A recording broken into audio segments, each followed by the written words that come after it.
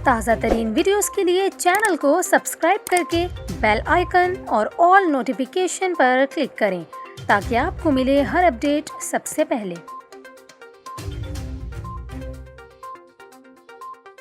और यहाँ पर आपको खबर दें, बहावलपुर एयरपोर्ट पर तैयारे के लैंडिंग गियर से जानवर टकरा गया, ताहम खुशकिस्मती से हादसे में मुसाफिर महफूज रहे। सिविल एविएशन जराये के मुताबिक निजी चार्टर्ड परवास का तैयारा कराची से बहावलपुर पहुंचा था, जहां से मरीज को इस्लामाबाद मुंतकिल करना था। बहावलपुर एयरपोर्ट पर टेक ऑफ के दौरान गीदड़ का बच्चा तैयारे से टकराया तो पायलट को शुबा हुआ कि लैंडिंग गियर के टायर से कोई चीज़ टकराई है।